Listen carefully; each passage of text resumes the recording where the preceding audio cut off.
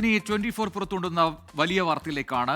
കേരളത്തിലേക്ക് രാസലഹരി കടത്തിയ നൈജീരിയൻ സംഘം ഇന്ത്യയിലെത്തിയത് വീസ ഇല്ലാതെ എന്നാണ് 24 ഇന്ന് അതുമായി ബന്ധപ്പെട്ട ഫോളോ അപ്പിൽ പുറത്തുവിട്ട പുതിയ വിവരം. സംഘത്തിൽ ഉൾപ്പെട്ട ഡേവിഡ് ജോൺ ആണ് ആദ്യം എത്തിയത്. നൈജീരിയൻ ലഹരി മാഫിയയുടെ വൻ ശൃംഖല ഇന്ത്യയിലുണ്ടെന്നും പോലീസിന് വിവരം ലഭിച്ചു. സംഘത്തിന്റെ ഇടപാടുകൾ ഡാർക്ക് വെബ് വഴിയാണെന്നും കണ്ടെത്തിയിട്ടുണ്ട്. ഗൂഗിൾ കെ വേണുഗോപാൽ കോഴിക്കോട് നിന്ന് ചേരുന്നതിന് കൂടുതൽ വിവരങ്ങളുമായി. ഗൂഗിൾ, നമ്മൾ പുറത്തുകൊണ്ടുവന്നൊരു വാർത്തയാണ്. അതിന്റെ കൂടുതൽ വിശദാംശങ്ങളിൽ നിന്ന് പുറത്തു വരുമ്പോൾ അതിൽ ഗൗരവ സ്വഭാവം ഏറുകയാണ്. കാരണം വീസ ഇല്ലാതെ എങ്ങനെയാണ് ഇന്ത്യയിലേക്ക് ഇവർ എത്തിയത് എന്നൊരു പ്രധാനപ്പെട്ട ചോദ്യമാണ്. വീസ ഇല്ലാതെ എത്തുന്നു, ഇത്രയും കാലം ഇവിടെ ചെലവഴിക്കുന്നു എന്നൊക്കെ പറയുമ്പോൾ അത് അധികൃതരുടെ കണ്ണുവെട്ടിച്ചത് എങ്ങനെ സാധ്യമായി എന്നതൊരു സുപ്രധാന ചോദ്യമാണ്. അതോടൊപ്പം തന്നെ ഈ ഡാർക്ക് വെബിന്റെ ഒരു നീരാളിപ്പിടുത്തം അത് രാജ്യത്തുണ്ട് എന്ന് വ്യക്തമാക്കുന്നതാണ് ഇവരുടെ ഇടപാടുകളെല്ലാം തന്നെ. ഇന്ന് പുറത്തു വന്ന കൂടുതൽ വിവരങ്ങളെക്കുറിച്ച് എന്താണ്?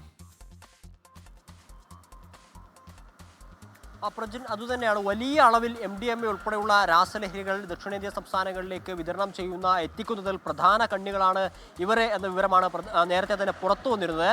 ഇതുമായി ബന്ധപ്പെട്ട അന്വേഷണം കൂടുതൽ തലത്തിലേക്ക് പോയ സമയത്താണ് ഇവർക്ക് 3 പേർക്കും വിസ ഇല്ലാതെയാണ് ഈ കാലങ്ങളായി ഇവർ ഇവിടെ കഴിഞ്ഞിരുന്നത് എന്ന വിവരങ്ങൾ മനസ്സിലാവുന്നത്. ഡേവിഡ് എന്ന് പറയുന്ന വ്യക്തി ആദ്യം ഇങ്ങോട്ടേക്ക് വരുന്നു. പിന്നീട് ഹെൻറി റുമാൻസ് എന്ന് പറയുന്ന ഇയാളുടെ സുഹൃത്തുക്കളും ദക്ഷിണേന്ത്യൻ സംസ്ഥാനങ്ങളിലേക്ക് എത്തുകയും ഇവിടെ വലിയ രീതിയിൽ MDMA വിതരണം ചെയ്യുകയും ഒക്കെ ചെയ്യുന്നു. ഈ വർഷം ഫെബ്രുവരിയിലായിരുന്നു ഇവരിലേക്ക് നയിച്ച അന്വേഷണത്തിന് തുടക്കം കുറിച്ചത്. ഈ വർഷം ഫെബ്രുവരിയോട് കൂടിയിട്ട് മലപ്പുറം സ്വദേശിയായ സിറാജ് എന്ന് പറയുന്ന വ്യക്തി വലിയ അളവിൽ 778 ഗ്രാം MDMA ഒക്കെ ആയിട്ട് പിടികൂടുന്നു. പിന്നീട് ഇയാളുടെ ബാങ്ക് അക്കൗണ്ടുകൾ പരിശോധിച്ചതിൻ്റെ അടിസ്ഥാനത്തിലാണ് ഈ നൈജീരിയൻ സംഘത്തിലേക്ക് അന്വേഷണം എത്തുന്നത്. പിന്നീട് അന്വേഷണം വ്യാപകമാക്കിയ സമയത്ത് കഴിഞ്ഞ ദിവസം ഹരിയാനയിൽ നിന്ന് ഇവരെ പിടികൂടി. കോഴിക്കോട് ടൗൺ പോലീസ് രജിസ്റ്റർ ചെയ്ത കേസിലാണ് ഈ അന്വേഷണം നടത്തിയതും.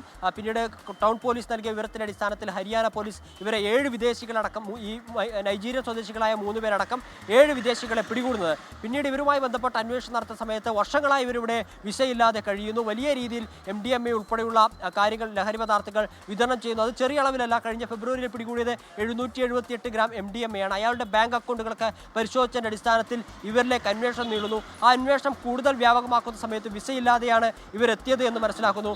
ഇവർ വലിയൊരു കണ്ണിയാണ്. അതായത് ഇവർ 3 പേർ മാത്രമല്ല, ഇവരുടെ സംഘത്തിൽ ഒട്ടേറെ പേർ ഉണ്ട് എന്ന വിവരങ്ങളും ഇപ്പോൾ പുറത്തു വരുന്നുണ്ട്. അതുമായി ബന്ധപ്പെട്ട അന്വേഷണമൊക്കെ പോലീസിന്റെ ഭാഗത്ത് എന്തായാലും സജീവമായി നടക്കുന്നുണ്ട്. കഴിഞ്ഞ കുറച്ച് നാളുകളായിട്ട് ഈ MDMA കേസുകൾ അല്ലെങ്കിൽ രാജ്യാന്തര തലത്തിൽ പെടുന്ന ഈ ലഹരി മാഫിയുമായി ബന്ധപ്പെട്ട അന്വേഷണങ്ങളോ അല്ലെങ്കിൽ ലഹരി വസ്തുക്കൾ പിടികൂടുന്ന സമയത്തോ നൈജീരിയയുമായി ബന്ധപ്പെട്ട പേരുകൾ അല്ലെങ്കിൽ നൈജീരിയൻ പൗരന്മാരുടെ പേരുകൾ നമ്മൾ കേൾക്കുന്നുണ്ട്.